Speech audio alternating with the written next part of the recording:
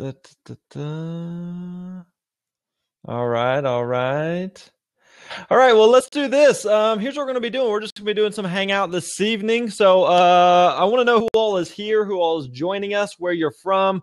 Want to say hey to you. I see that we got Andre here. We've got Brandon and Jess and Brian Harris showing some love. Andre's in Staten Island, New York. Jess in Lake Worth, Florida. Very nice. All right, cool. Who else is here? Who else is here? Jess, you said you joined Art of Speaking already. Is that true? Is that the case? Let me know. Just tonight. Welcome, and you're already going through it. You must have just joined then. Very cool. Very cool. Who else is here this evening? Who else is like an hour ago? D in Madison, Alabama, down the road. What's up, D? Good to have you here with us tonight as well. Well, sweet. Well, here's what we're going to be doing. Like I mentioned before, this is my first Blab. I haven't messed with Blab before, but it seems kind of a popular little tool. So I figured we could use it to hang out and do some chit chat, chatteroo. And so I figure what we'd be doing tonight is we're going to be doing some just some live Q&A. So I have no agenda, nothing that we have to cover or talk about, but I want to say hey to some people, do some Q&A with you. Probably going to pull some people up. We're going to talk about what you're working on, what you're wrestling with in terms of your speaking business or a talk maybe that you're working on, and we can talk through some of that as well. So who else is here? If you're just joining us, again, welcome, welcome, welcome. My name is Grant. It's so good to have you here with us tonight or today or this morning or wherever you may be in the world. So again, if you haven't already, make sure that you tell us where you're from, where you're at, tell us who you are, so we can say hey to you. Looks like we've got welcome T3HLSD man. All right, cool. What kind of webcam are you using? It's very clear. No, I just moisturized. There's no webcam necessary for this. That was a lame answer. It is a Logitech. I think it's a C920. I want to say something like that. I believe a C920. If someone wants to look that up, that sounds right. Logitech C920. You have the same. Yeah, I think that's what it is. So does it look good? It look all right? Is I'm not even sure. I don't even see like a setting thing within Blab. Can you guys hear me okay? That's coming through all right? Because this is this the mic that's working? I got two mics that I'm hooked into. Yep. All right. And then I got a different one down here. I'm not sure if that one's working or not. Yep. All right. You're good. All right, cool. So let's do this. Who's got a question? Who's got a question? Anyone want to be on right now? You want to hop on? Can you let's see, looks like we got let's see here. Just kind of fiddling around, just navigating Blab right now. So it looks like we can get callers then, right? Is that what I'm looking at? All right. Let's talk to Andre. Let's see here. Andre, what's up, dude? I'm good, Grant. How you doing? Can you hear me? Good, man. I can hear you. So it looks good there. Yeah. It's I think I have the C920 too. I love okay. It. Yeah, it's coming in fine. Where you at? Where you located at? Staten Island, New York. Staten Island. Nice. Very good. How was your day? Good. Long day. There's a review week at my job. So what kind of work do you do? I work as a fatherhood program coordinator. Program coordinator. Okay. So I work at several Head Start programs, daycares, and one middle school. Yeah. And I travel and speak at different conferences and workshops that pertain to fatherhood involvement. And so when I saw your email, I said, I need to watch this. And this is your first Blab. Yeah, I do a lot of webinars, but I haven't done a Blab before. But I'm just kind of like figuring out the interface here. But it looks good. Have you done much with Blab? Somewhat. You know what it is. At first, it was very addicting. I was on it almost every night till like 3-4 o'clock in the morning. Yeah. I got to the place where I needed to get sleep because I was sleep deprived. I was ineffective during the day. But it really is a good way to engage your audience, to allow them to see you and interact with you on a little bit more of a personal level. Yeah. But it's a really cool. Yeah, this seems slick. So I like it. I like it. So so people can ask questions, and then it pops up over here on the left side. Yep. Okay, interesting.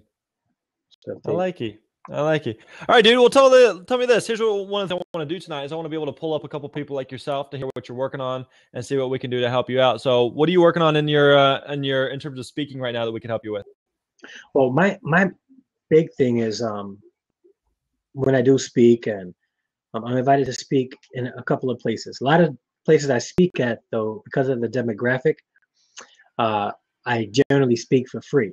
Every now and then I'll get some compensation for it, but I find it very difficult to monetize speaking with the target audience that I'm trying to reach. And What it's audience are you wanting to speak to? really it's really low income families. I have an organization that I started called the Roll Call, and it's really all about fatherhood involvement engagement for the benefit of the family. So we work with families and absentee fathers in hopes to try to connect them with their families. We believe strong fathers build strong families build strong communities. But unfortunately, also fortunately, a lot of the work that I do is with low income communities. Right. So when I'm asked to speak, I feel very bad saying, well, it's going to cost you this much to come and speak to your low income families who really need the information that I have to give to them. Totally get that. I think in one of the so we've got a couple different trainings. One of the things we do is we talk on the art of speaking, which is a training course and program that we have. And we also have a course called Booked and Paid to Speak, where we talk more about the business side of speaking. And in that, one of the things we talk about is three key questions. The first question being, why do you want to speak? And that why question really dictates and determines a lot of everything else that you're going to be doing. And so there's some people, for example, I had a couple of coaching calls today, and one gal is getting into speaking, and she's like, I'm a stay-at-home mom. My husband works full time. He's kind of the breadwinner. We don't need necessarily the income. So she can, financially, she doesn't have to charge to speak, and so she wants just to do it a few times here and there. And so it kind of, so that why for her kind of dictates and determines the other pieces, whereas if someone's wanting to get into speaking as a like considering the context and the baseline of like, we all want to make a difference, right? That's why we want to speak, right? We want to make some type of impact, some type of difference there. And so we all want to do that. That's a given, right? But the big question then is, do I want to do this to make a living, right? Because doing this, like speaking just out of the goodness of your heart and wanting to make a difference, there's nothing wrong with that at all. But like the goodness of your heart doesn't pay the bills. You know what I mean? And so I get the tension of what you're saying, Andre. There's been some events that I've spoke at where I know that, like doing one presentation that I made more than the client who brought me in, like they'll make in their entire month, or a couple months, So I get that. And then there's sometimes where I'm brought in to speak to some organization or group, and maybe it is like a lower income type of situation, So I've been in those situations, so I totally know what you're saying. The balance though is knowing that, okay, I want to make a difference, I want to make an impact, but the tension is I also want to eat and live indoors, and I want to provide, for my family, and I have bills to pay. And some of you that may have got my email this morning. My daughter broke her elbow last night, right before we went on our webinar. Crazy type of thing. And so, we go to the emergency room last night to get all taken care of.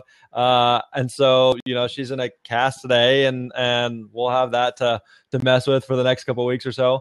But I can't go to the hospital and pay my medical bills based on, hey, I'm a good person, I help, the goodness of my heart. You know what I mean? So there's always going to be that tension there of wanting to make a difference, but also wanting to make an income. And so that's where that why question really comes in, of why is it that you want to speak? Okay, we get it's a given that you want to make a difference, but if I'm doing this because I need to provide for my family, and it's because I'm doing this because I want to make a living, then in that case, you have to be able to charge. And so there's times where I get invited to go speak to something, and it's a good opportunity, and there's going to be people there who need to hear what I have to say, and I know that I can make an impact, but I like financially, it doesn't make sense to go and do it, you know, and that sucks, you know. But that's the reality. In the same way that like right now we offer some different training programs for the course. You know, we have Art of Speaking, we have Booked and Paid to Speak. And so we have these different training programs, and there's going to be a lot of people that I know that would benefit from them, but not everybody can either afford it or choose to afford it. And so, you know, we offer some free stuff and we offer some free tools, but I know that that not everybody's going to be able to afford what we do. But at the same time, again, I have broken elbows to pay for, and I have meals to provide, you know, for my family. So I think that's all your attention's always going to be there. But that's where, again, that why question comes in of why is it that you're doing this? If you're doing this because you need to provide for your family, then that means that you're going to have to make tough decisions at times. That means not everybody's going to be able to afford what it is that you do.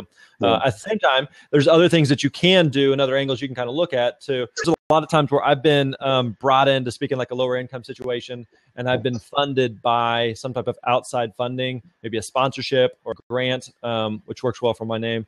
But just something like that, that they're able to bring me in, that it's not like robbing Peter to pay Paul. You know, it's not like them paying a lot of money to bring me in means that these lower income kids don't have lunch or something. You know, it's never that type of situation. But like if you bring value to the table, then there's nothing wrong with being compensated for that. So now, well, one thing I try to do, I have a book that I wrote, and whenever I go places, especially if they don't have the money to pay me to speak, I try to sell books. But at the same token, you know, they low income families. So a lot of them, when it comes to seminars like the ones that I present on co-parenting, father engagement, incorporating literacy in the home, you know, usually they, you know, I'll get maybe 2 or 3 books sold. You know, that's pretty much it. It's tough. Yeah, no, I totally get it. And so sometimes it's, you know, looking at alternative ways of funding for the event. And there's some events where you're just like, hey, I'm willing to, I get it. And I'm willing to therefore go and to speak for free or to speak at a discounted rate. And I'm okay with that. And then there's other times where you're just drawing the line in the sand and say, I can't do that. You know, I can't help everybody. So I get that you always have that tension there. Yeah. Does that make sense? It does. Cool. Yeah, it does. Yes. I saw Darren had a question there. Yeah, I'm from Australia. Let's pull that. So I click that. Does that pull that up? There you go. So yeah, Daryl was asking, I'm from Australia. The government has grants for offering services and supporting communities. Maybe this is available for Andre. Yeah. So I think it's kind of, again, like I kind of touched on, there are several times where I've been brought in to speak and I've been funded by some type of outside funding, whether it's a grant or a sponsorship or something, where again, it doesn't like necessarily affect like the nonprofit that I'm brought in to speak to. So yeah, that may be something to, now oftentimes it's not me going out to find the grant, but oftentimes it is the organization finding it, and they have to use some of those funds to bring in, you know, an outside speaker or support or something like that. Okay. You know what I'm saying? So cool. All right, let's see here. All right, let's get some other people. I'm gonna kick you out of here. All right, dude. All right, cool. Thank you. All right, man. Enjoyed chatting with you. All right, that was fun. Okay, I'm kind of digging this blab thing. I'm trying to figure it out here. So who else do we got here? You're just joining us. Welcome. My name is Grant. Good to have you here with us tonight. Let's do some shout outs. Let's say hey to some people. So if you're just tuning in the chat box on your right side there, let us know who you are, where you're from, so we can say hey to you. Let's pull this question up. Let's get to some serious questions. Do you use body wash or shampoo for your head? Serious question. I have beautiful hair. Luca 3009. I think it's body wash. Yeah, I'm 99% sure it's body wash, but then again, I don't know. I'm pretty sure it's body wash. Good question. Deep question there. All right. What else? If you're just joining us, throw in some questions there, and you can put in where do you do that now? So type, what is that? Like a slash and then a Q in front of the question. That way I can pull it up there and say hey to you. So again, if you're just joining us, let's say hey to you. Who else do we have that's here? We've got Karina in Baton Rouge is here. We've got Denise from HPS. What's up, Denise? Good to have you here. We've got T-Tac the Day is here. All right, I see lots of names here. We've got Tom and KSA and Paul and Bruce and Rob, Luca, Karina, Jeremy, Clay, Jack, Vanessa. Excellent. Lots of people that are joining us tonight. Welcome. Good to have you guys here with us. All right, let's do this. I see another question here from Tom. Let's pull this question up. Tom asks, so I am a mumble mouth. Are there techniques to help speak more clearly? I think one of the things that you can do, Tom, a couple things that you can do if you're someone who mumbles a lot or someone who just kind of fumbles over your words a little bit. A couple things that you can try to do is to really, really slow down. Slowing down makes a big difference. The other thing I really try to be very intentional on is I try to very clearly enunciate, because I am someone, I like to talk fast, I go quick, and so I try to slow my speech down. I try to enunciate, be very, very clear. And some of that comes with just practice. And practicing and rehearsing is one of the most important things that any speaker can do, is that good professional quality speakers don't just get up on stage and just wing it. They don't just shoot from the hip. They don't just get up there and they don't just have some natural ability that you don't have. It's easy sometimes to look at a really good speaker and think, well, they just have the gift of gab and some type of ability that I don't have, and so it's not fair, and I'll never be able to speak like that. That is not the case at all. I promise you that good quality professional speakers, they spend hours and hours and hours practicing, rehearsing, going over their material. Whenever I'm giving a presentation, I have spent hours and hours talking to myself. It is very awkward, but I don't want to just get up there and wing it. I'm spending time like pacing my office here or pacing hotel rooms and just practicing it like I would actually perform it. And so I'm not just not quite quietly mumbling to myself, but I'm actually doing it how I would, with my gestures and with my voice inflections. And whenever I raise my voice or whenever I'm lowering it down and I'm kind of bringing it in. So I'm practicing all of those different things. And I'm also practicing the speed at which I talk and how much I am enunciating whenever I am presenting. So all of those things can make a big, big difference. But so don't feel like that is a limitation that cannot be overcome. It absolutely can, but it just takes practice. So great question there, Tom. Hey, if everyone could do this for me, up on the and I think it's in the left-hand corner there. If you could share this on Facebook or Twitter right now, let people know that you're hanging out with us. That would be cool. So can you do that for me? Can you just click that in the upper left corner there? Click, Jessica told a little bird. Is that what it says? If you're just joining us, this is my first blab, so I'm still trying to like navigate this and figure this out. But this is I like this. I see what's happening here. All right, very good. All right, good question. Thanks, Tom. All right, let's see what question from Chip.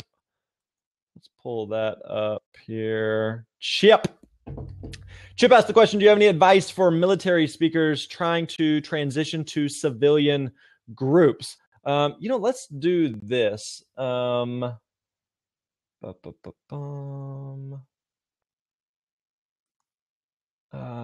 what I want to do. Hey, Chip, can you call in?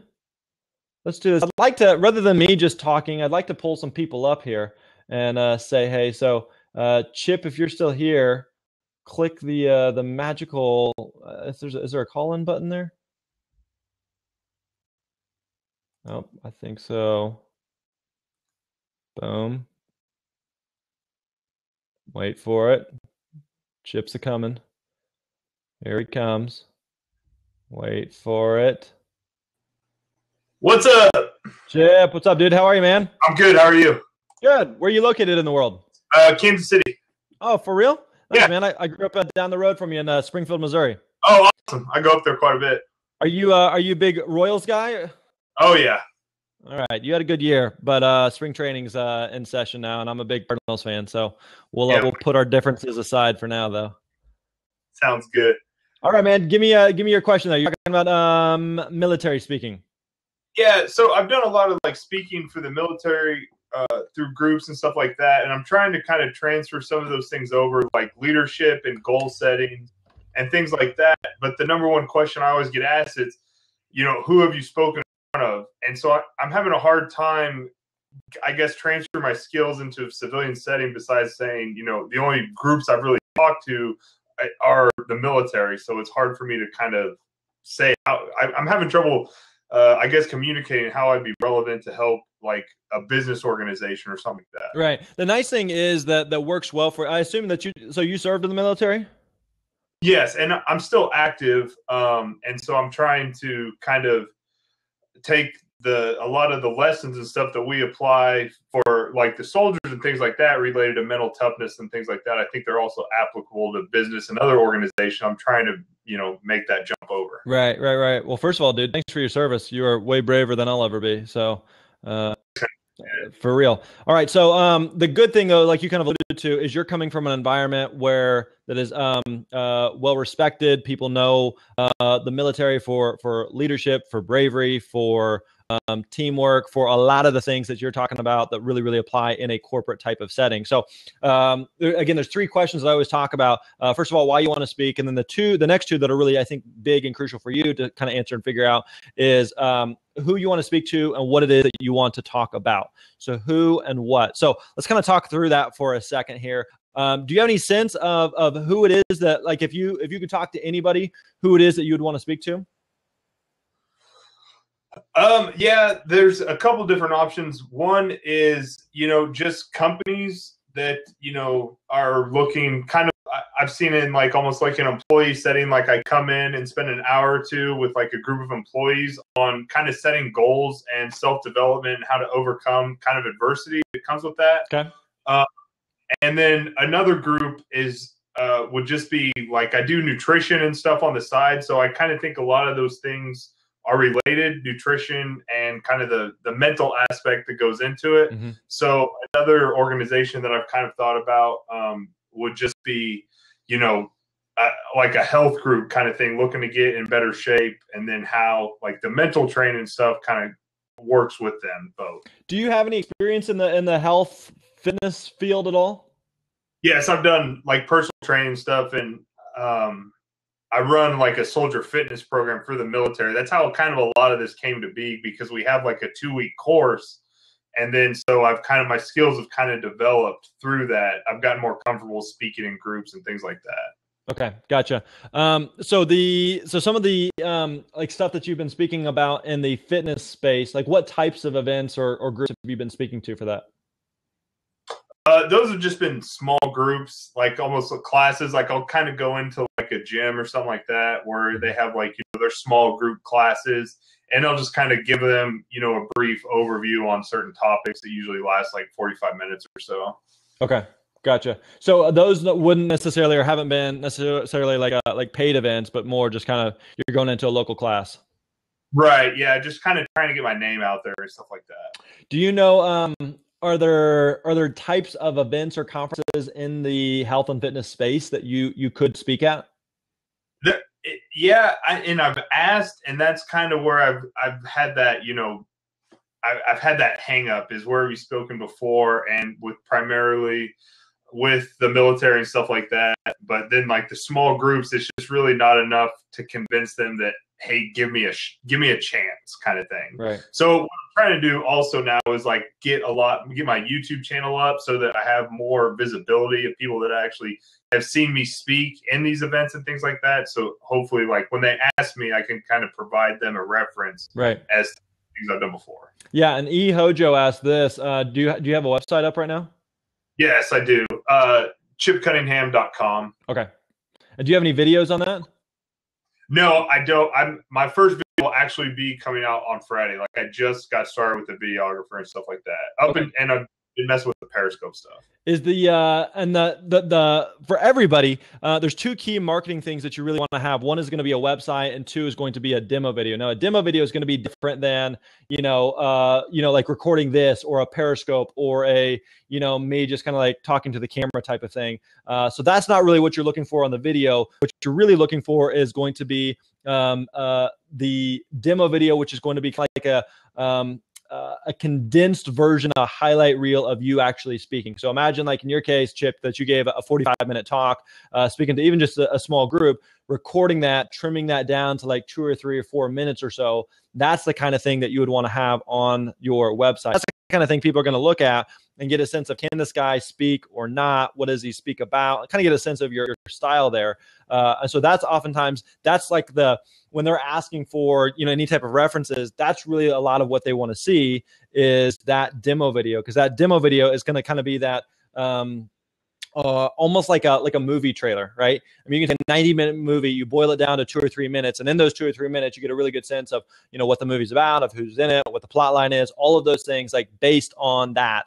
And so that's really what you're trying to do with that demo video. So when you have the website, when you have the demo video, those things are really, really good for credibility and being able to send to people. So going back to those 2 key questions, I think one of the challenges that a lot of speakers run into is I have on the what and the who is I have a message that I could share with everybody. And there's a lot of people that could use this message, but trying to market to everybody doesn't work really well. In the same way that who is it that I want to speak to? Well, I want to, my message is good for like humans. So I just want to help. I want to help humans. That also doesn't work really well. So like Chip, you come from a military background. So if like on day one, they're asking you like, and I know this doesn't play out this way, but like, what's your specialty in the military? And you're like, I can do anything. I can jump out of planes. I'm Navy SEAL. I can, whatever the different options are, like I can do it all. Like they're going to look at you like, no, you can't, in the same way that if you're like, I can speak about leadership and teamwork and culture and this and this and this and this and this. And who do I speak to? I can talk to anybody. It's like, that's not true. So really starting to narrow it down. So that's where I was getting at of if you have some background and some history in the like health and fitness space, that may be the type of thing, or maybe just for a little while you focus just on that of speaking at those types of events and kind of combining both your military experience with your personal training experience and speaking it could be other personal trainer conferences or events, or speaking at, I don't know that there'd be too many opportunities to speak at, like you said, like paid opportunities where you could go into just like a local class and speak. But I think I would assume that a lot of the opportunities would be for you to actually speak to other personal trainers, maybe about their business. And so you could do something along the lines of transferring what you learned in the military to being able to, how it helped you as a personal trainer, something along those lines. Does that make sense? Okay. Yes, it does. Thank you. So that way, again, but just like narrowing down the focus there makes a big difference versus like, I can speak to anybody about anything. You see what I'm saying? Right. Yes. Yeah. Cool. Sweet, dude. All right, man, I'm going to kick you out of here and let's do some more questions. Sound good? Yeah. Thank you. All right, buddy. Go Cardinals. See you, man. All right. Good question from Chip there. I'm kind of liking Blab. This is kind of fun. All right. Hey, again, if you're just joining us, welcome. Good to have you guys here. My name is Grant. A couple things I want to let you know of. We're getting ready to do some more questions here. So if you do have a question, you can put a / and a Q in front of it, and we will be able to answer your question, pull you up live. We're going to pull up Jessica in just a second. So Jessica, do you want to call in? If you can call in, if that's possible. And there we go. All right, I'm going to pull you up here, Jessica. What's up, Jessica? Hello. How are you? How are you? Good. Okay, how are hang you? on. Good. I'm going to mute you just for a second, all right? Okay. Hold that thought. Don't go anywhere. Okay, so again, here's what I want you to do if you're just joining us. A couple things. I want you to make sure that you throw in and let us know who you are, where you're from, so we can say hey to you. We can give you a shout out. If you've got a question, again, put that / in the queue, just like Miss Jessica did. We pull her on. We're going to be talking to her in just a second and answering the question that she's got here in the lower left of the screen. So make sure that you do that. Also, if you could help us out by just sharing and letting people know what you're up to, you can do that through Facebook, Twitter, up in the upper left-hand corner, which would be, is it up there? Is that right? Am I pointing the right direction? I don't know. Wherever it is there. So do that for us. All right, let's pull up Jessica, unmute you. Hey, Jessica, how are you? Hey, how are you? Doing well. Where you calling in from? I feel like this is a radio show. I know, right? You're on the air. Go ahead. Hello. I'm actually in Lake Worth, Florida. I'm in the West Palm Beach area in South Florida. So okay.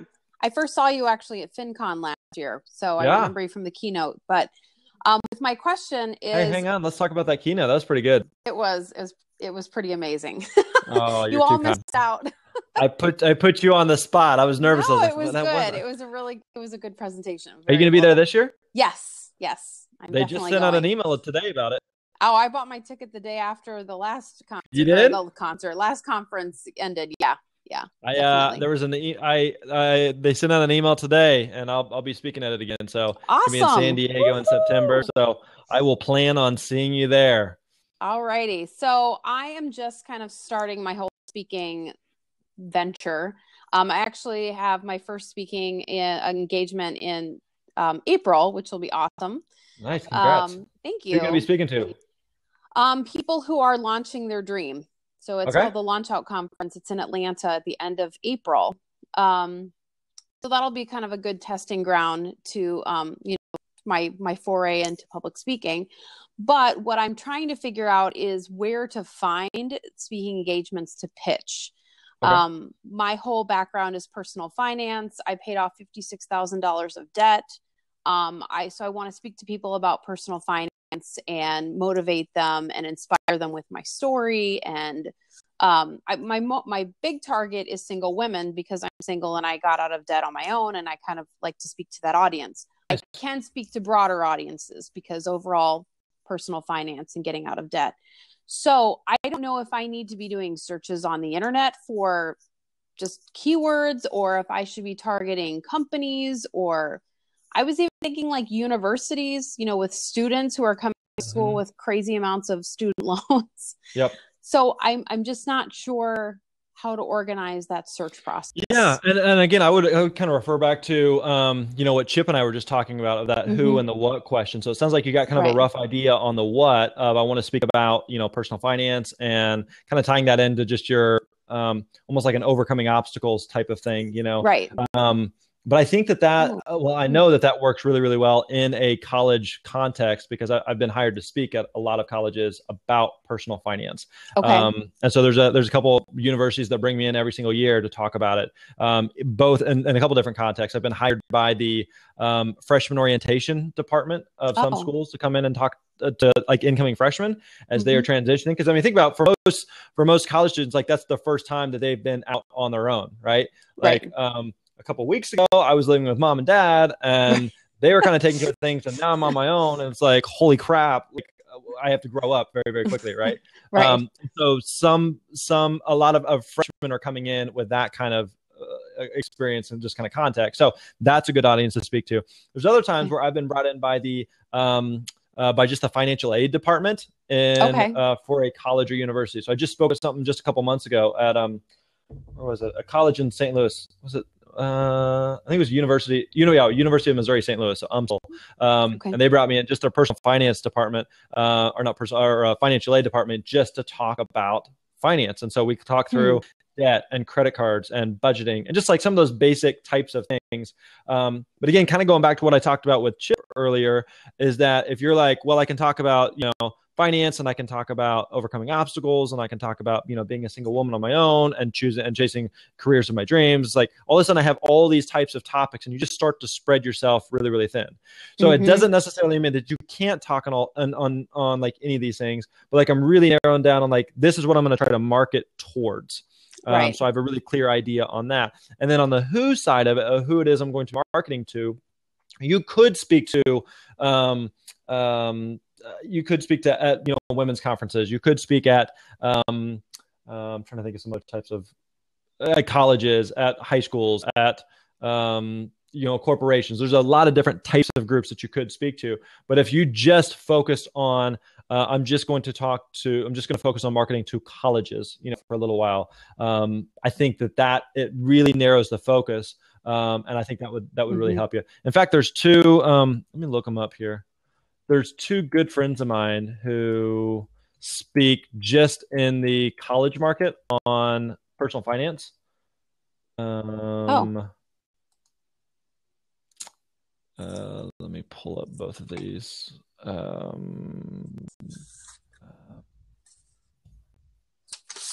Adam Carroll. I'm going to throw his website in here. I thought you were going to say Corolla. There's at speaks.com, and then Peter Billigus. Adam there you Speaks. go. There's the other one.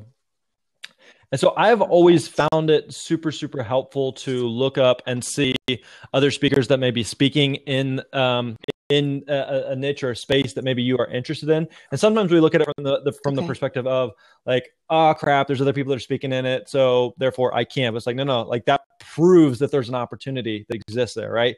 If you start looking around and you're like, nobody speaks on this topic, that's like a good thing, right? Like red flags should be going off. So I would look up those guys and see a couple things. One, just like kind of paying attention to how like the types of subjects and topics that they're speaking on. The other thing too is look at the organizations and the groups where they are speaking, because that kind of helps you to know the types of groups or schools or companies or colleges or whatever that hire speakers. So that can work really well as well. Does that make sense? Does that help? Yep. Thank you. Very much so. Thank you so much. FinCon. Yay. Hey, see you in September. When's the deal in April? At the very end of April. It's called the launch. Where's it going to be? Atlanta. They have 3 conferences. One's in Atlanta. July is St. Louis, and October is Southern California. So I'm applying at all 3. Are they paying you for it? No, they're not paying me, which is totally fine. I was planning to attend them anyway, but we'll just see it. That it just adds to my speaker reel. Good for you. Awesome. So I'm gonna kick you out of here. All right. You're awesome. Thank you. All right. That was fun. All right. I'm liking Blab. Hey, again, welcome. Good to have you guys here with us tonight. If you're just joining us, good to have you here. Be sure, if you haven't already, put in your name and where you're from so we can say hey to you. I want to give some people some shout outs here. So let us know where you're at in the world so we can holler at you. Also, if you haven't already, make sure that you share this. You can share it on Facebook or Twitter so we can let the world know what you're up to. Have some people come hang out with us. And then looks like we got Easy Cam lessons in Australia. Welcome. We got Fred Grooms, my buddy in South Carolina. Fred has been involved with Booked and Paid to Speak. Fred, are you in Art of Speaking? I don't think you are. I think you're in Booked and Paid to Speak. Let me know. And for people that are wondering about Booked and Paid to Speak, Fred, let them know. Let them know how it is. We got Haywood in California. We've got Brooklyn. Brooklyn's in the house. We got Joe, Columbus, Ohio, Buckeye Nation. Nice. CC Cowan in Brooklyn. D's in both. D's also in Booked and Paid to Speak and in Art of Speaking. So that's very cool. Hey, one of the reasons that we wanted to host this tonight is I see Fred there. Booked and Paid to Speak is an amazing program. That's so cool. Thanks, man. And you've been I know we talked recently, but you've actually been 2 things. One, you're going to be featured in the program as a case study that's going to be, if that's not already up, it will be up in the next couple of days or so because we just recorded that. But Fred's also, Fred, can you give us any sense of and if you're okay with sharing it, how much you have? I'll tell you what. Hey, Fred, can you call in? Can you do that? Call in, and I'm going to pull you up here. All right, let's do this.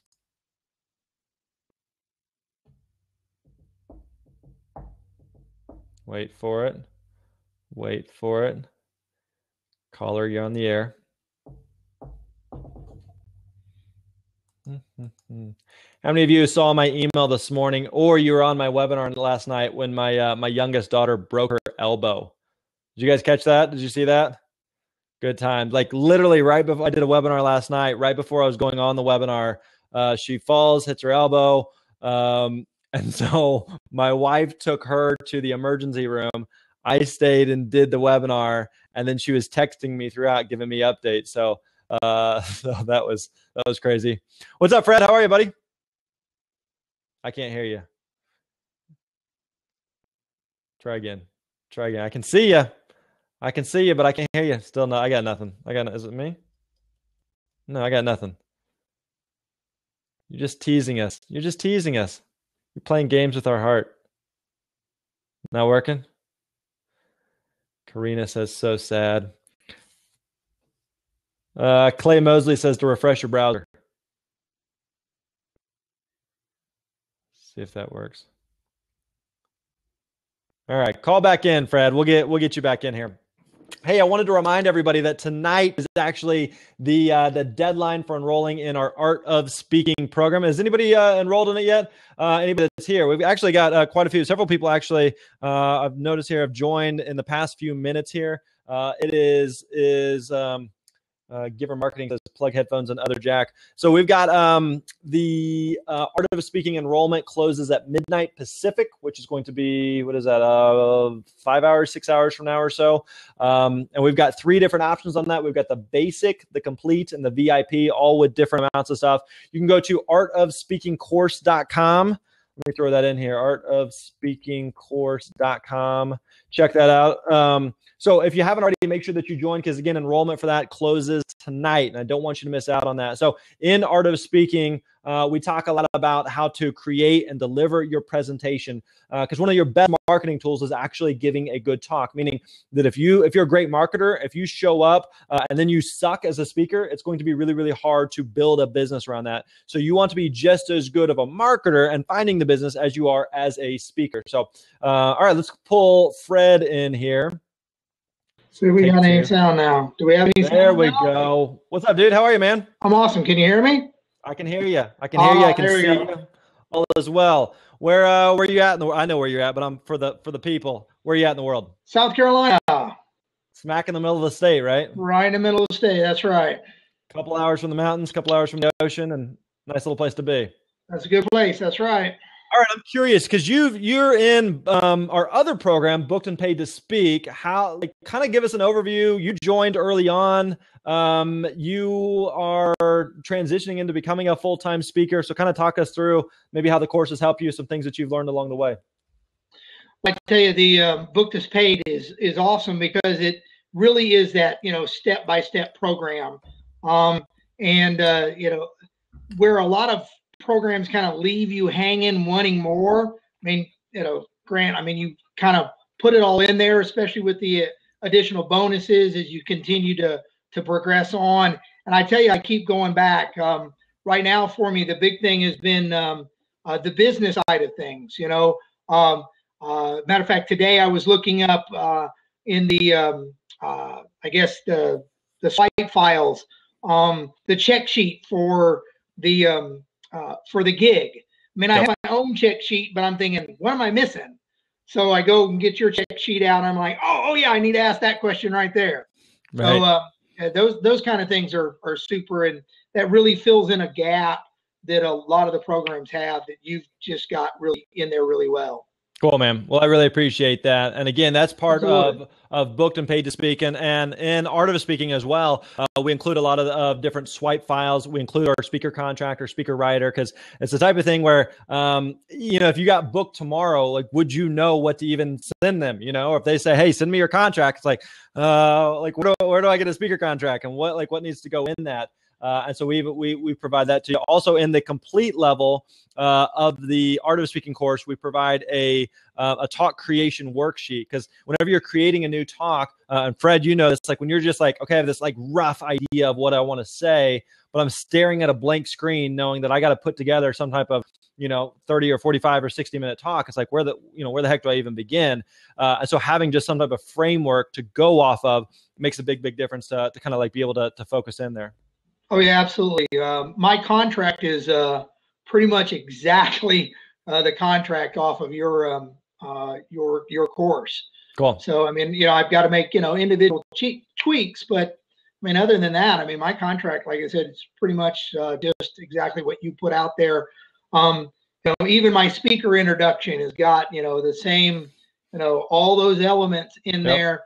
And one of the things is, so many of us speakers out there we're out there trying to do it ourselves. Mm-hmm. And man, when you're out there doing it yourself, it's way harder than having a support system. And for me, one of the big things is the Facebook page, the private page where you can get in there and get advice. And that's killer as far as getting support. Yeah. Cool, man.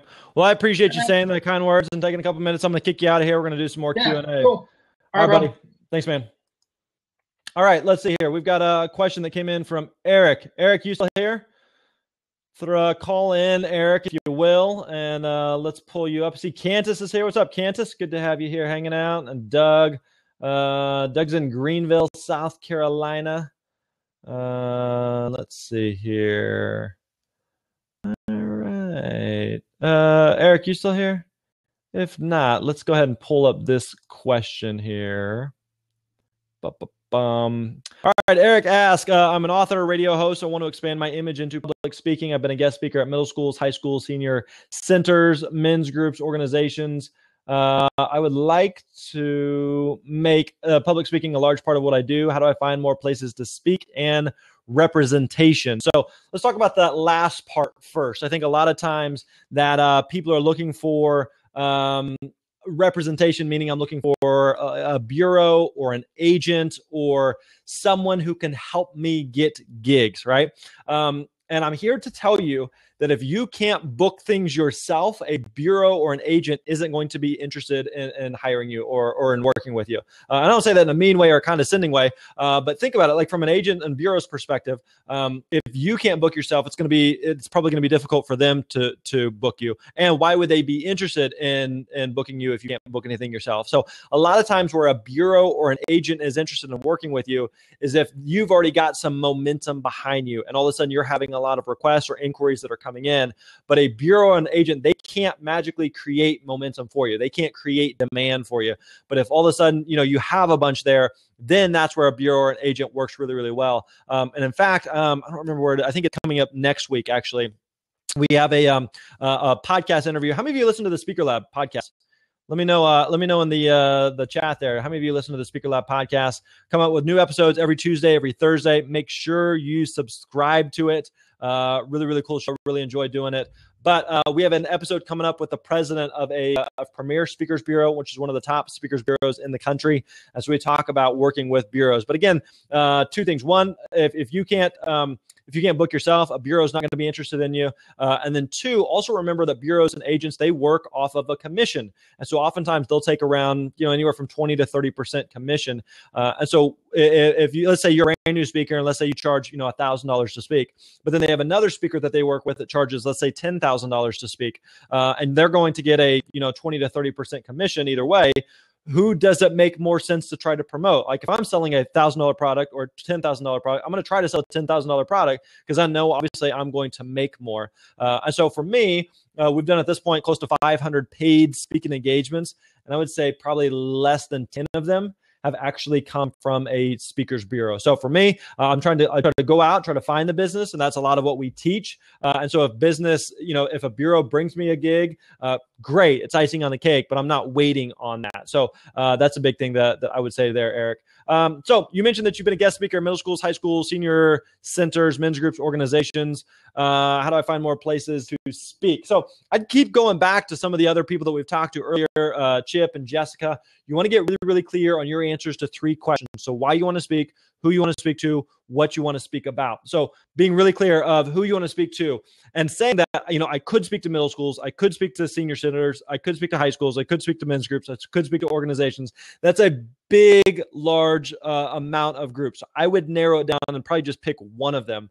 And that first question of why is it that you want to speak may help determine your answers to who you want to speak to. So for example, let's say that you want to speak primarily to make a living, to get paid. Well, then speaking to senior sitters may not be the best use of your time because I'm assuming that senior sitters aren't going to pay really well, if at all. So the why kind of helps determine your answers to the other question. So unless you know why you want to speak, who you want to speak to, and what you want to speak about, then finding organizations and groups that may book you becomes very, very difficult because you don't know what you're looking for. You're just kind of like, I'll talk to anybody about anything like that. You can't build a business that way. So really narrow down your focus and figure out who you want to speak to and what you could speak about.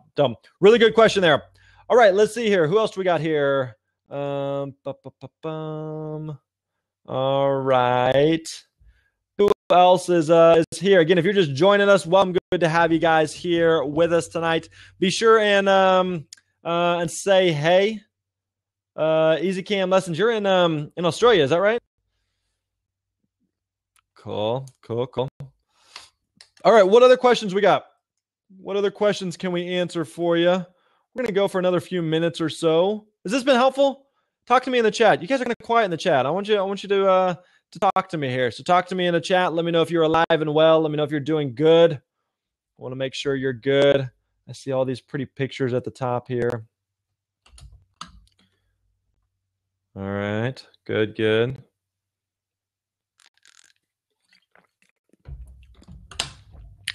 I see Easy Cam Lessons calling. Let's pull you up here. Maybe I should change it to a real person so it's not like, doesn't freak people out. You're calling in with a logo. Oh, it's a logo. What's up? Hey, good. How are you? Hi. What's your Easy Camera Lessons? What's your real name? I'm Nat. Hi, from Australia. Nat? Welcome, Nat. How are you? Where in Australia are you? I'm in Adelaide, which is down the bottom in the middle. Down the bottom in the middle. Are you from down there? It sounds like. Yep. All right. Very nice. Very nice. What time is it? So there, I assume it's Thursday morning? Yeah, midday. Midday? What time? 12 o'clock, 12:20. So you're living in the future. What's it like? What's Thursday like? I haven't lived it yet. Yeah, I talk about that with my American friends. Well, future, it's pretty much the same. Pretty much the same. Pretty anticlimactic. Yeah, all right, Miss Nat, what can I help you with? So I've just started teaching, and one of the big things I have with speaking is how to make a really complex scenario simple, like how to deliver stuff that's, like you were saying with finance before, if you go and speak to college students about finance, my thoughts maybe that they might be not totally switched on about a lot of things you're talking about. So how do you how do you simplify something to make it like super understandable? Like, do you have any tips about that? Yeah, let's talk about you specifically. So what is it that you speak about, and who is it that you speak to? So my main reason I started doing camera lessons is because I really want to speak to beginners, or people using iPhones, or people who are a little bit scared of, photography world in general. It can be a bit intimidating and lots of tech talk, and, I just want to inspire sort of anyone. I don't want to say anyone, but beginners. Yeah. So you, have you done much speaking so far? No.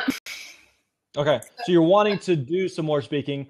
So you're wanting to speak to beginners, wanting to teach them basically, I assume, just the basics of photography? Yeah. Okay.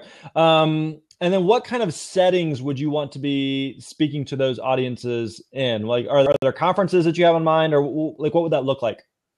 Well, I've just started doing a YouTube, which is challenging because I've been on the other side of the camera for a really long time. So getting on this side is just really hard. But I guess, like workplaces where people may be using cameras, like real estate agents, newspapers, people who may be using the camera a little bit in their job, but might want to, so I guess just people who are dipping their toes in. So, like maybe workplaces for speaking. Mm-hmm. So a lot of this kind of depends on the context of who you want to speak to. So let's take a couple of those different examples. Okay, let's say you go speak at some type of conference, and it's for photography enthusiasts, right? And so you're speaking to that type of audience, and there are people that come to your workshop or to your session, and it's more of like a 101 type of session. Well, they are there to learn about the nuances, right? And so they want to know some of those technical pieces. So they're coming into it with the mentality that they want to be there. They want to learn about that. Okay. The difference is going to be the type of audience that you may speak to, where let's say you're speaking to realtors and the local brokerage requires all their agents to be there. And some of them are going to be really interested and fascinated by it. And others of them are going to be like, I could care less what you have to say. My boss made me be here, and I'm not super interested in this, So you want to kind of, before or as you kind of like begin to work on your talk, that's a big thing you really want to keep in mind. Is there's a huge difference in speaking to an audience that wants to be there versus an audience that has to be there, right? So now let's take with that in mind. Let's take your question of how do we take a topic and simplify it. So part of the reason I give you some of that beginning framework is if I'm speaking to an audience that wants to be there, I can. Like in your case with photography and teaching that, I want to be there. I want to learn about photography. I can go in the weeds a little bit more and some of the details because that's the stuff I want to know. That's the stuff I want to learn.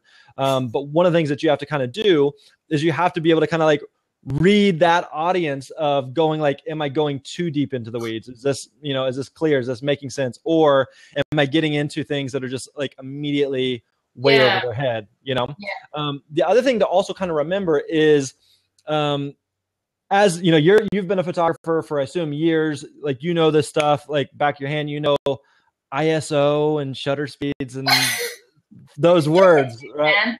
Yeah, I'm just making up terms that I think are camera related terms, right? So you know that stuff immediately, but and so for you, you're just kind of like, I mean, if I talk about it, it feels like I'm dumbing it down too much. But to me, I'm just like, no, like I don't understand what those things are or how they work. So you kind of have that as a speaker. You always kind of have that curse of knowledge that it's really hard to go back and remember what is it like to not know this stuff, you know? Like for me, like even as I'm talking about speaking stuff, like this stuff that comes naturally because I've done a lot of speaking, but I have to remember, like if you hadn't done much speaking or if you haven't done any speaking, then it's like, oh wow, the things that may seem simple may seem complicated to you, right? So I need to try to like simplify that as much as possible. So you would almost rather go on the side of it's too simple than the side of it's too complicated. But again, some of that comes down to the audience that you would actually be speaking to. Does that make sense? Yeah. Awesome. So let's do that. Here's kind of the way I approach. And we talk a lot about this in art of speaking, but we have basically kind of 4 steps when you're creating a talk. So the first thing is getting really, really clear on your one main idea. Your one main idea. So not 9 ideas. So so we're not going to be covering a ton of different things. So you couldn't talk about the differences and all the different types of cameras and all the different types of lenses and all the different types of flashes and all the, like, you could go into so many different parts of it that becomes overwhelming. So I'm just going to focus on just one main idea of this is what the bare minimum in order for you to go from taking crappy pictures to quality pictures. These are like the basic things that you need to know. Right. So just what that one main idea is. So I'm starting there. From there, then I just want to brainstorm everything that there goes into anything and everything that I can related to that topic. So for example, let's say you wanted to teach about taking quality pictures of your kids. All right. Is that a thing? Yeah. Okay. All right. We're going to make that up. We're just making this up on the fly. So you're wanting to do a presentation on that, of taking better pictures of your kids. So there's so many different things that could go into that, but from a very, very beginning level, do you need to be talking about buying external lighting? Probably not. Do you need to be talking about having some $1,000 lens? Probably not. I'm just trying to take a cute picture of my kid, So I can just I'm just brainstorming anything and everything about like what you would need to take like a cool picture of your kids, right? So anything and everything. So I'm just brainstorming. So no filter, none of the, like we were just filtering a little bit, but none of that of just going like, nope, external lighting, type of camera, fancy lens. I'm just like anything and everything. So at that point, I'm just like, you could do it I got a whiteboard right here. You could do it just like writing it down, but just anything and everything related to that subject and topic. Just brainstorming, just brain dumping stories, examples, case studies, stats, especially like in your case, Nat, of being able to show like before and after type of pictures, those types of things. So that I'm just brain dumping at that point. Now at this point, let's just imagine let's just say I've got a whiteboard covered in different points, ideas, analogies, lessons, any of that stuff. Then from there, I can start to kind of pull out what are the main things that I need. Okay, no, I don't need that. I don't need that. I don't need these 3 things you got to know. All right. You don't need to know about shutter speed. You don't need to know about this, but you really need to know if you're going to take a good picture and you know nothing else, you need to know this, right? So just figuring out like what those things are, and you would know those things, right? Like you could immediately know like these things are important, but these are the things that you really need to know to take a good picture, right? So you're just simplifying it down to just like the most basic level. So now you kind of like trim down to what that would be. You can kind of create an outline of, if you get nothing else out of this, here's the first thing you need to know to take a good picture. Here's the second, here's the third thing, that type of stuff, right? So I've got kind of a rough outline that's helping me, the whole thing working towards the goal of helping me take a better picture of my kid. That's what the whole talk is about, right? So that way that keeps me focused. So I'm not like speaking about anything and everything, right? It just really helps me to narrow it down.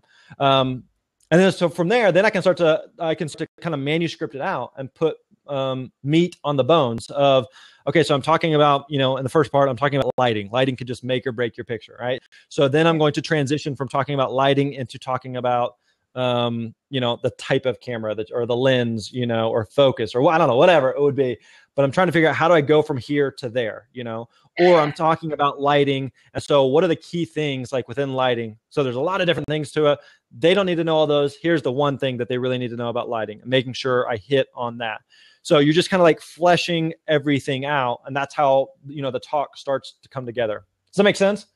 Yeah. That's awesome. Yeah. That was a long-winded, just spewing answer there. No, that's really good. It's really confirmed sort of how I feel. Like, it's really interesting to hear it from like a public speaker, because, sure. You can edit YouTube. Mm-hmm. You can't edit Blab. But here's the thing though,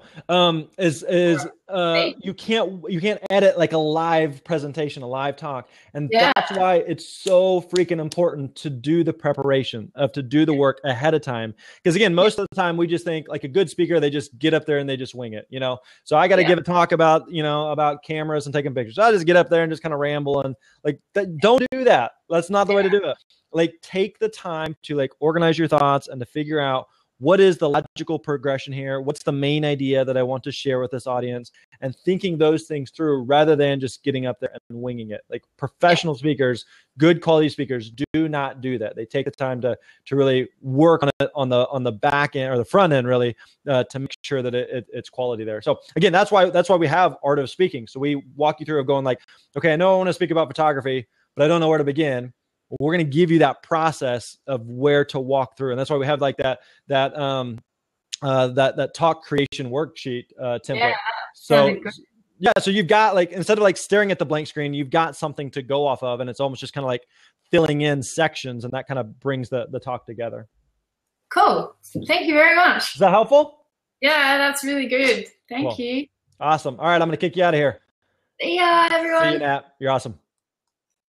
All right. That was fun. Good to have Nat hanging out here. Hey, again, we got a lot of people that are tuning in, that are still hanging out with us. A lot of you have joined Art of Speaking in the last few minutes or so. It looks like we got Donna and Logan and Wendy and Evan and James. Welcome. Good to have all you guys as part of the Art of Speaking course. Again, if you haven't joined, you have until midnight tonight, midnight Pacific time, which is about 6 hours from right now. So you got 6 hours to join before the doors slam shut. And everything that I just covered, everything we just talked through with Nat from Australia there. She had a lovely accent, didn't she? Everything I just talked through with Nat, we teach that in the Art of Speaking. And so we just went over that with Nat just for a couple minutes, but we go way more in depth inside Art of Speaking, of helping you know of what that main idea should be, how you come up with stories, how you use humor, how you make some of those transitions, and then how you actually deliver the presentation. So all of that is going to be in the Art of Speaking. So if you haven't already, make sure you stop by. I'm going to throw this in the chat here, artofspeakingcourse.com, artofspeakingcourse.com. That's where all the information is going to be. So definitely check that out. Okay, let's I'm gonna pull up. Is Chris here? Chris Ripka, I see your question over here, Chris, and I'll pull you in if you're still here. I see you calling in. Boom. Chris, what's up, dude? Not much. Can you hear me okay? I can. You might lean into it a little bit more. I can hear you, but just barely. Oh, is that any better? A little better. We'll make it work. How's your day going? It's going pretty good. How are you doing? Doing good, man. Where are you located at? I'm in Rapid City, South Dakota.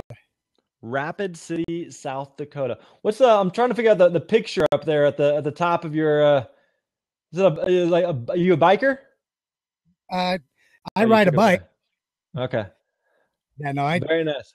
I ride a bike with the Combat Veterans Motorcycle Association. Oh, nice, dude. Very cool.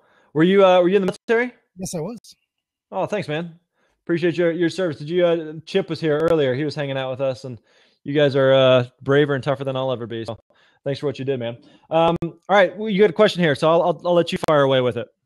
Well, typically what happens when I get up and start speaking is I'll start talking about myself and, making people laugh and everything. And then it just gets sidetracked. Next thing I know, I'm 5 minutes into an introduction and I start seeing the people start looking around and then I tried to change it up and go the other route, and I just go a little brief introduction, and then I get people kind of giving me that, well, so who the hell are you type of thing. So right, that's kind of where my hang up. I mean, my content that I deliver is pretty solid. I speak to veterans about PTSD and things of that nature. So, and then I also do another course where I teach fitness. So gotcha. Okay.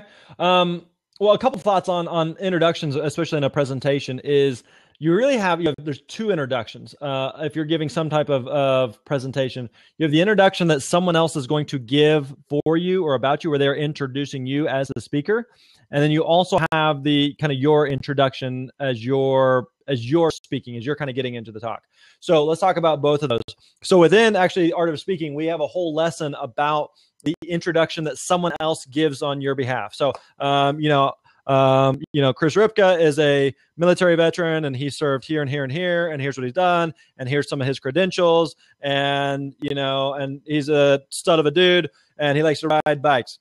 Please welcome Chris Ripka. All right, so you're gonna have that introduction, and so with that introduction, you want to have some like the credibility pieces that someone else is giving there. It's almost like the kind of the checklist of just your highlights. So for me, my introduction is, I've spoken in this many places, or I've spoken to this many people, and a couple of like those big picture, if you're someone who had like a New York Times bestseller, or they've written a book, or they host a podcast, or whatever, like some of those like credibility things. So you can have someone provide some of those for you in that introduction. And that introduction, you want to write that. Right. And you want to give that to the person that's introducing you. So they're kind of setting you up for success. And again, we go into that way in depth in the Art of Speaking course. So then once you actually get up there and start speaking, remember that some of the credibility stuff has already been given from the person that read your introduction. So you don't necessarily have to recap that stuff of, hey, I host a podcast and I've, served in the military at these places, because that person just read that. Does that make sense? Absolutely. So that's why they're kind of in some ways kind of tooting your horn. So by the time you get up there, you don't have to. Now, in the introduction itself, this is where it's so critically important for you to work on all this ahead of time, so that you don't get up there and just kind of like shoot from the hip. And I'm just kind of like comedians call it crowd work, right? I'm just kind of like interacting with the crowd. I'm just kind of goofing off. And next thing I know, I'm like, crap, like I'm several minutes in and I don't even know where I'm going at this point, right? And so that's never what you want as a presenter, as a speaker. That's why you spend so much time ahead of time creating the talk, of knowing where you're going. And so knowing some of those intro things that you can do, but then at some point you have to make that transition into, I'm getting into the meat, I'm getting into the content of what it is that I want to cover and say. So in that introduction, this is kind of a little bit similar to what we talked about just a few minutes ago with Nat, is that there's a big difference in the audience that has to be there versus the audience that wants to be there. And so every speaker is different, but for me personally, I use a lot of stories. I use a lot of humor. I use a lot of comedy to get people on my side, to earn their trust. Because for any audience, it's kind of like, that's great that they brought you here, but you have to spend those first several minutes like building that rapport and building that trust and getting them on your side. It's kind of like, Chris, you have kids? Yep. You got what? 2 teenage daughters. 2 teenage daughters? Yeah. I got 3 girls, man. So they're 9, 7, and 5. So I need to know what I'm preparing myself for. There's no way to prepare for it. You just brace yourself. Ready or not, it's happening. But the where was I going with that? With the daughters. Where was I going with that? I had something good. I lost my train of thought. Here's a good thing. This is a free tip about speaking. Like sometimes that, like when you're speaking, that happens, or like slides don't work, or like something outside of your control happens. Like you could be like, but you're like, what do I do now? And what happens is oftentimes as a speaker, the audience takes their cue from you. So if you start getting frazzled or like worried or upset or nervous or like just fidgety, like they all of a sudden start feeling. But if you're just like, I totally just lost my train of thought. It's not a big deal. Like they react off of that as well. They're just like, oh, okay, well, maybe I'll think of it later, you know? And I can't think of where we were going with the daughters thing. What were we talking about there? Oh, I remember it. Just came back to me. All right. So you got daughters, right? And so there are times you're giving them like medicine, and you want to, you have to get, there's like that old saying, like give kids sugar to make the medicine go down, right? I don't know if people actually do that, but you're trying to like sweeten up the medicine. And so I know for me as a speaker that if I'm getting ready to give them some medicine and I'm getting ready to give them some like verbally just smack them, then I want to preface it with some sugar. I have to get them on my side. I have to earn that. I have to build that rapport and that trust. So spoonful of sugar helps the medicine go down. There we go, Andre. I was close. It's from Mary Poppins. I don't think I knew that, but that sounds about right. It sounds like something Mary would say. But basically what I'm trying to do there is I'm trying to build that rapport, that connection.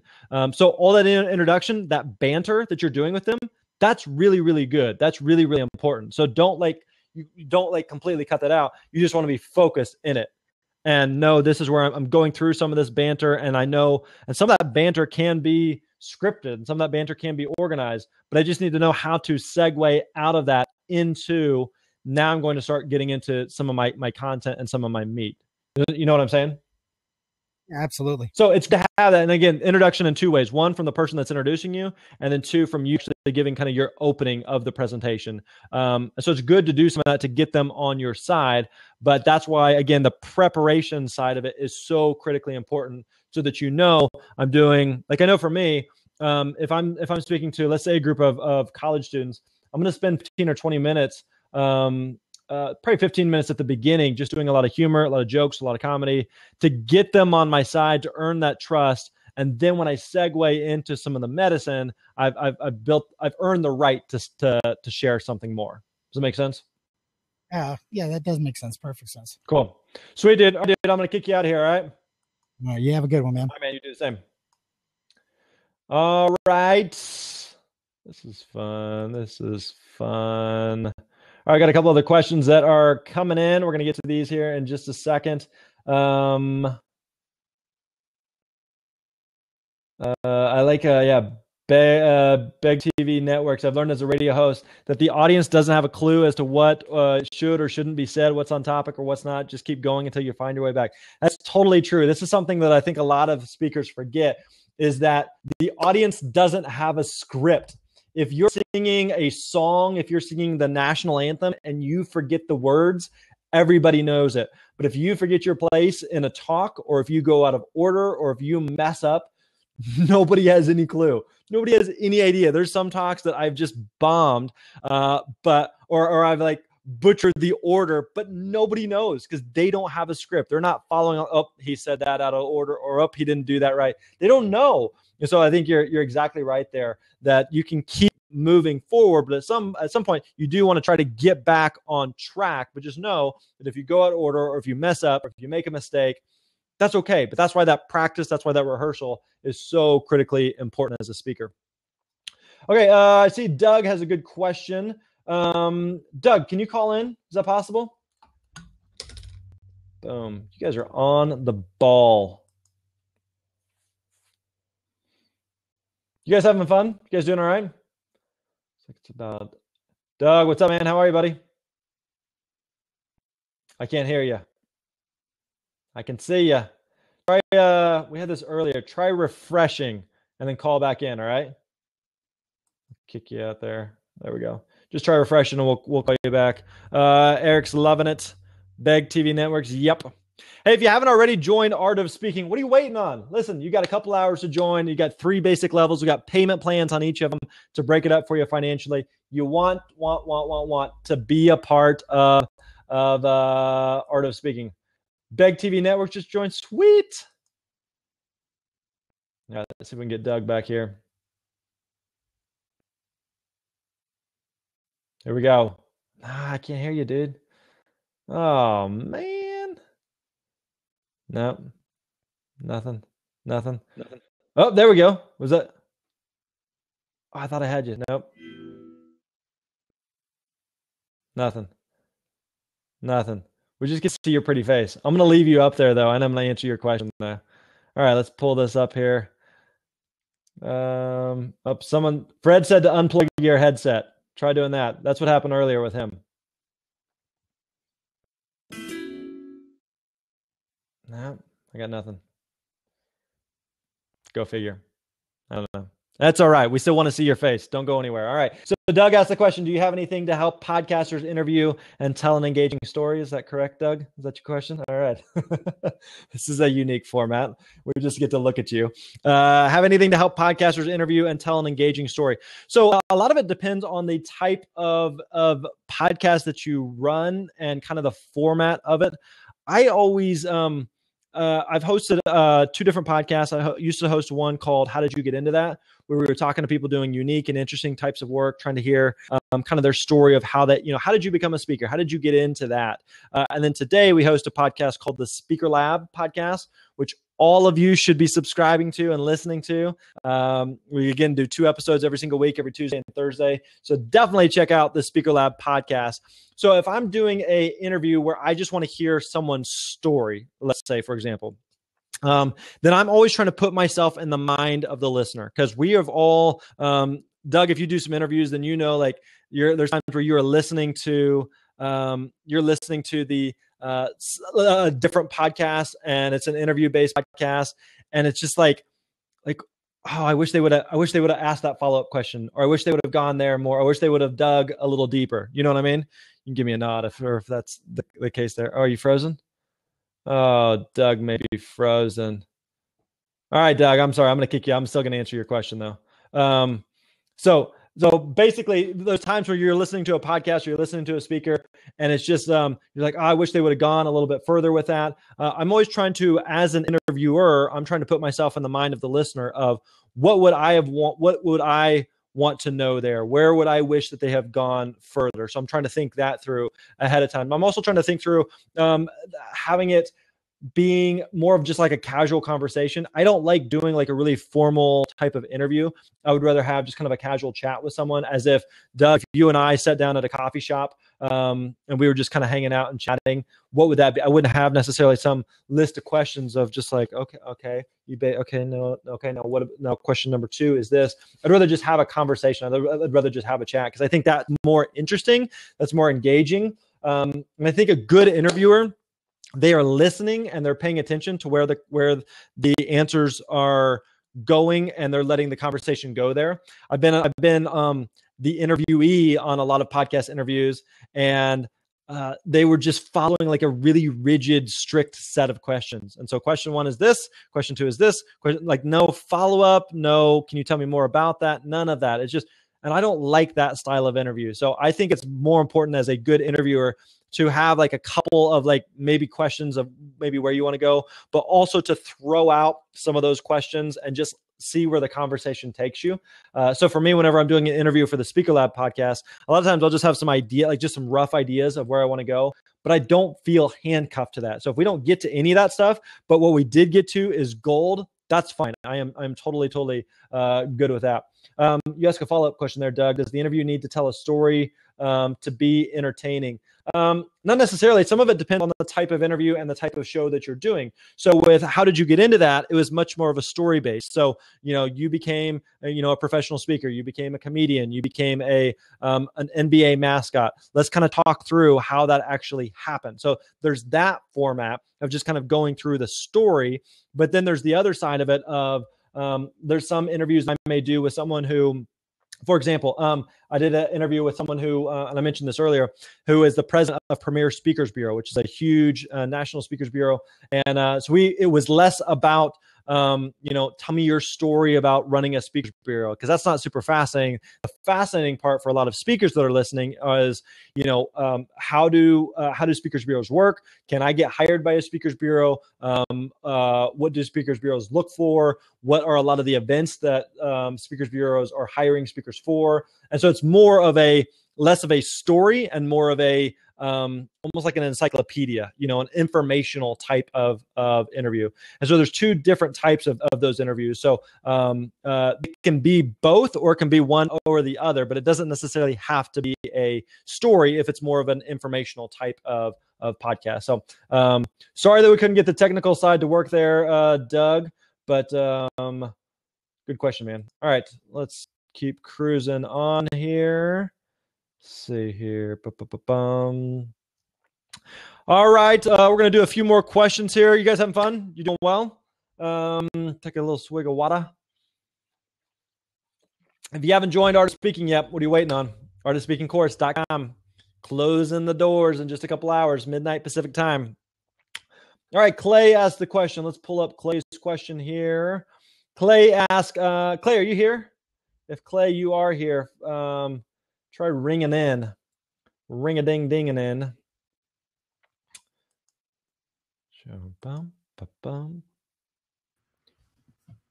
What's up, dude?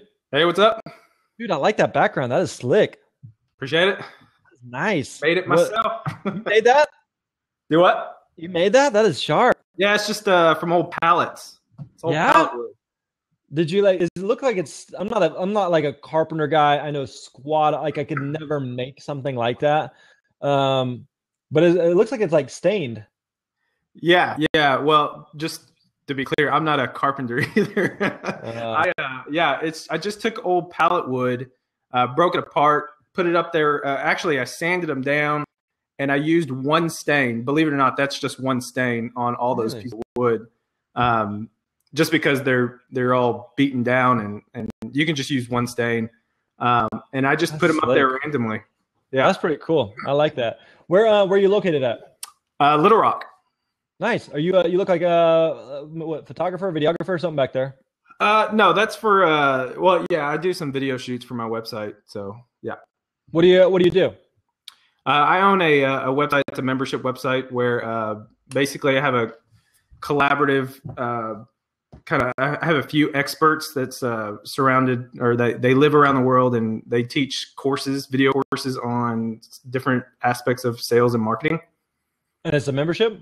Yep. What's the site? I want to check it out. It's 100kacademy.com. 100 spelled out or number? Numbered. 100kacademy.com. Nice. We've been looking into membership stuff, so I'm going to check that out. I've been reading lots and doing lots of homework and talking to people. So, all right. So what's your question? I see it there, but I'll let you take it away. Yeah. So I never had any interest in speaking at all, but over the last few months I've been getting asked more to speak at events and businesses and nonprofits.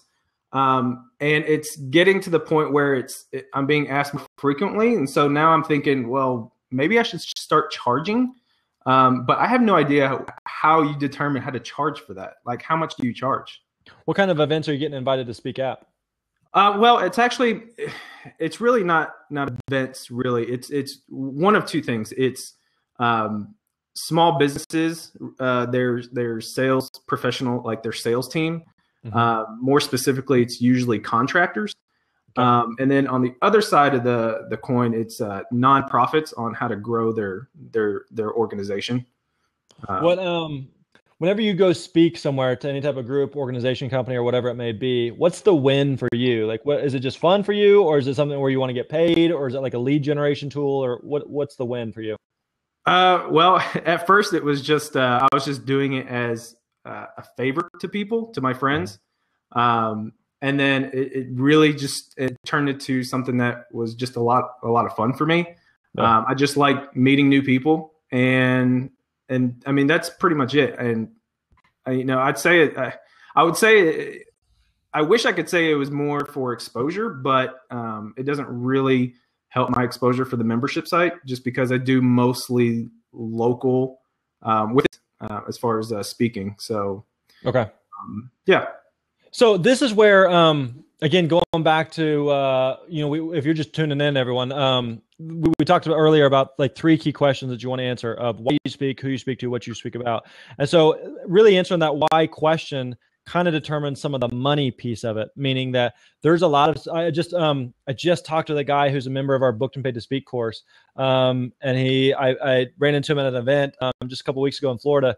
He's like, dude, I joined Booked and Paid to Speak. I think it was 11 months ago.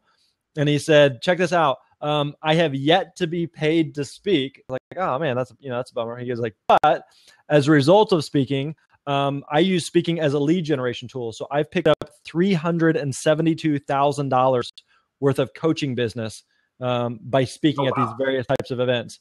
It's like, so on paper, I speak for free, but it's like my speaking for free is just purely for lead generation. So it's generated literally hundreds of thousands of dollars in business. So it's like, holy crap, that's insane, So that's where for you, I think it's really important to know, do I want to speak to pick up clients? Coaching, consulting, or otherwise, or for my academy, or is it just like, I just like to do it. It's just kind of fun. Because if it's just kind of fun and I just like to do it, then you can kind of answer the question of like, how much of it do I want to be doing it? Do I want to do it to get paid, or do I want to do it just because it is fun and I don't mind doing it? I don't mind doing it for free, especially if if you're in Little Rock and it's something where it's like, I can drive a half hour and go speak somewhere and then, be home by lunch or something. That's different than like, I'm going to get on a plane and I'm going to fly to Seattle to speak once, just because it's fun and out of the goodness of my heart, like that's a different deal, Yeah. So having said that, it's just like some context there. As a general rule, there's usually a couple different factors that kind of help determine what you might charge as a speaker. One's going to be like how long you've been speaking, meaning like if you've done like 1 or 2 presentations, and that's basically it, it's going to be hard to charge a lot versus someone who's given, hundreds of presentations before.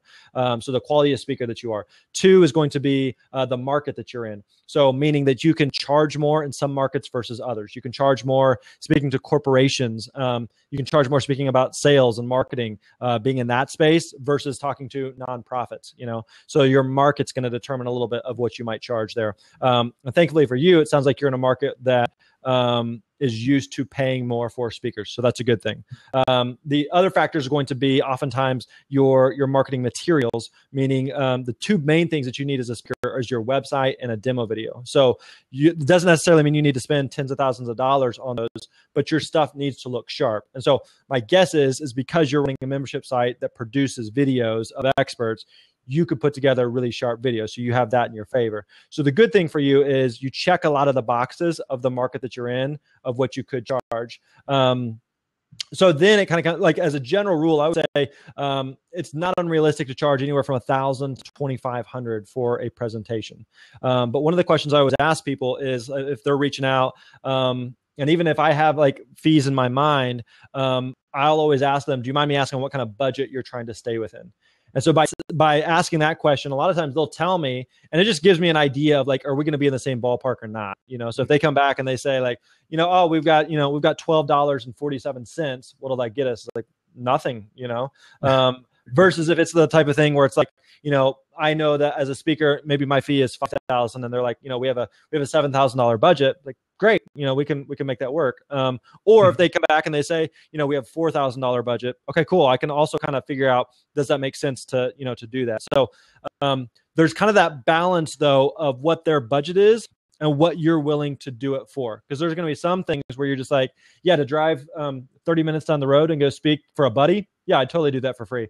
But there's also going to be ones where it's just like to get on a plane and fly, halfway across the country to speak to an organization or a group that I'm not super intrigued by, and they're not going to pay me super well. It's just not worth it, So you can have some flexibility in there based on what you would charge, depending on those different factors. Does that make sense? Oh yeah, totally. Yeah. So, and again, some of that just comes back to like, if you're wanting to do it to lead generation, that's one thing. Another thing too, is there's a couple factors where it makes sense to take a discounted rate. So again, if you're to take a discounted rate or to speak for free. So I'll give you some examples. If the event happens to be somewhere just a cool place, if they're just like, hey, we can't pay you, we'll cover your travel though, and the event's in Hawaii, I'd be like, yeah, hell yeah, sure, of course, I'm in. Like, I just had a buddy who spoke at a deal in New Zealand, and he's like, they didn't have any budget to pay me, but they're paying for my wife to come with me to New Zealand. It's like, you got a free trip to New Zealand. Like that's totally legit, you know? So that may make sense to speak for free, you know, knowing that you get that other benefit from it. So it's not like you're just doing it for free. There's value that you get out of it, you know?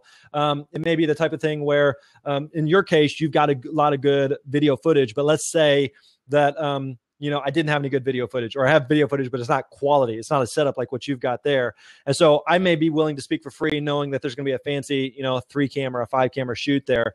And I'm going to get a copy of the footage that I can use for marketing later. That may be valuable to me, you know? In your case, it may be valuable to go speak for, again, the, like a lead generation thing, knowing that I'm speaking to a group of sales and marketing people who would be perfect for my academy. And so it makes sense knowing that I'm going to generate, I have some type of product or service that I can offer on the back end and generate revenue, you know?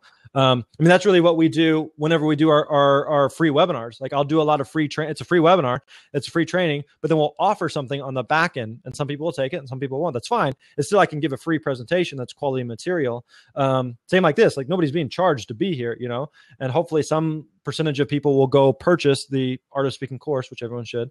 But so that's the way I can generate revenue from that. So really just, again, there's a lot of different reasons or ways that you can leverage speaking to get paid in other ways. You know what I mean? Cool. So there's a lot of times we just look at speaking of, either I went and I spoke, they handed me a check in the transaction, but it's like, no. Like speaking is just the beginning. You can leverage speaking to help your business or to generate in so many other ways beyond just that one single transaction. So does that help? Oh yeah, totally. Just so you know, I found you on Brian Harris's YouTube series. That Breakfast with Cool People? Yeah, Breakfast with Cool People. You recognize The Office, right? Yep. The place. Is Brian here? I don't know. I was texting with him earlier. He's done a bunch of blabs, so I texted with him right before this. And I was like, hey, I'm getting ready to do a blab. What do I need to know? And I'll just show you here. I said, I need you to come hop on the blab and harass me. And he sent me a picture. He said he's feeding his baby right now. So he's preoccupied. But yeah, Brian's a good dude. He and I are in a mastermind together. So my wife calls Brian my work boyfriend. It's like anytime like I'm on the phone texting, she's like, are you texting Brian again? I was like, just don't that's it, funny. So, he's cool. a good dude. Hey, I appreciate it, Grant. All right, Clay. Have a good one, buddy. All right. Tell you what, let's do a couple more. Maybe let's do some rapid fire questions here, and see if we can get to a few others, and then we will wrap up. Let's see here.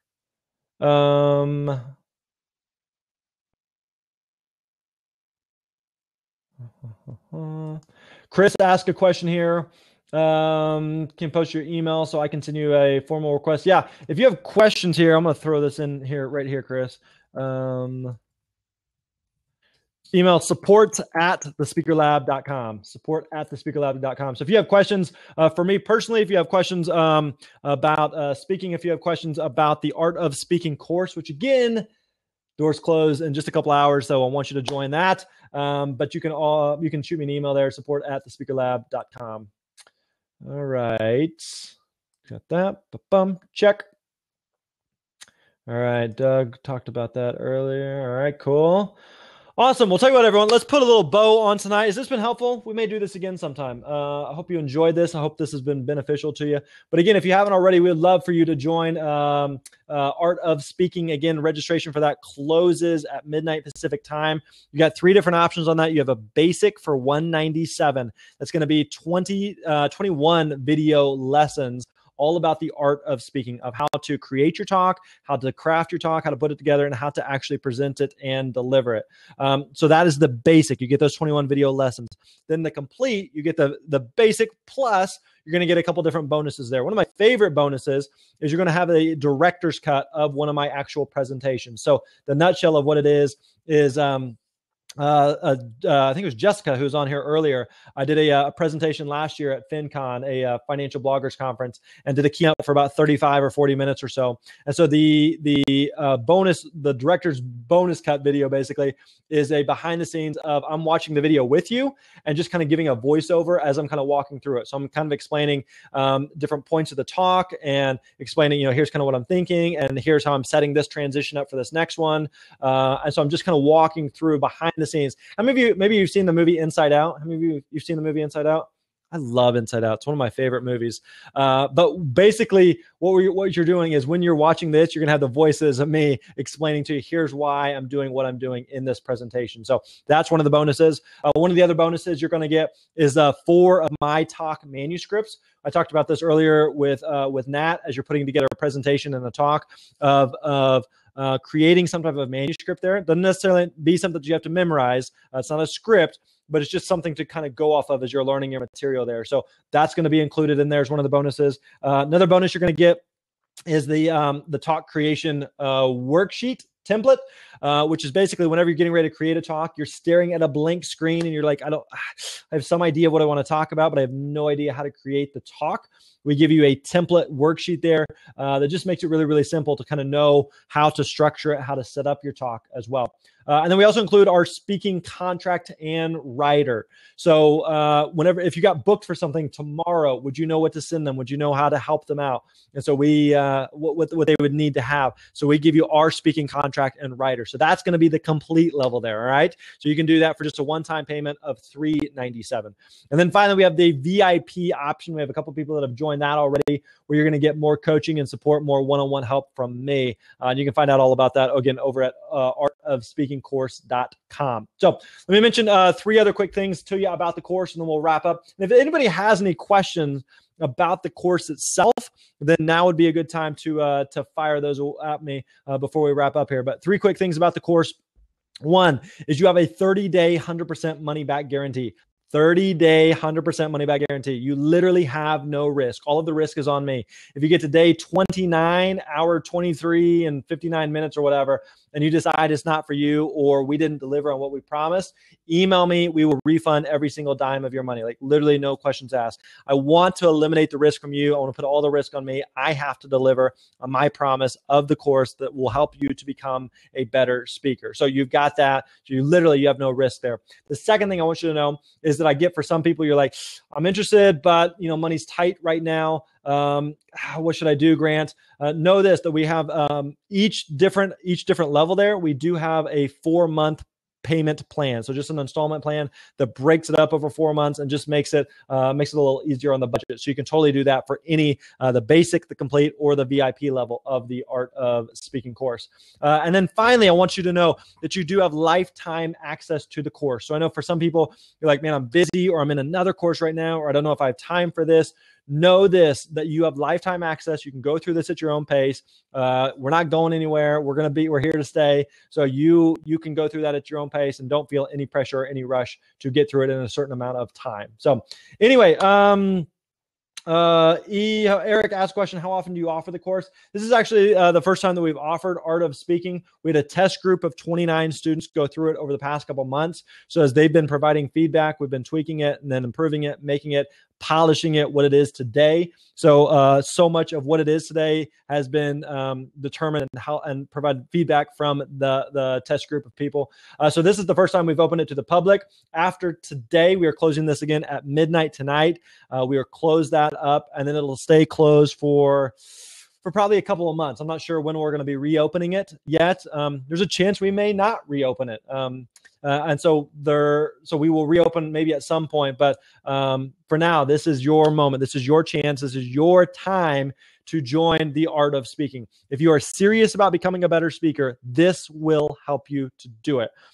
Many of you ask questions about getting booked to speak and that side of it. And know this, that your best marketing is showing up and giving a great presentation. I mean, think about that for a second. The best products, services, tools, restaurants, hotel, any of those things that are out there in the world, they don't have to do a lot of advertising because they provide such a top quality product or service. And the same thing is true with speaking. If you provide a great product on stage, it's a lot easier to get booked. It's a lot easier for word to travel about you because you are good at what it is that you do. So becoming a better speaker is one of the best things that you can do for your speaking business and help you to get additional speaking gigs. So anyway, great questions. Again, everything you can find at Art of Speaking Course. I'll throw that in one more time, artofspeakingcourse.com. Also, on the Art of Speaking Course page, there's a live chat there. I'm going to be headed over there. So if you have questions, feel free to jump in. You can email me as well at support@thespeakerlab.com.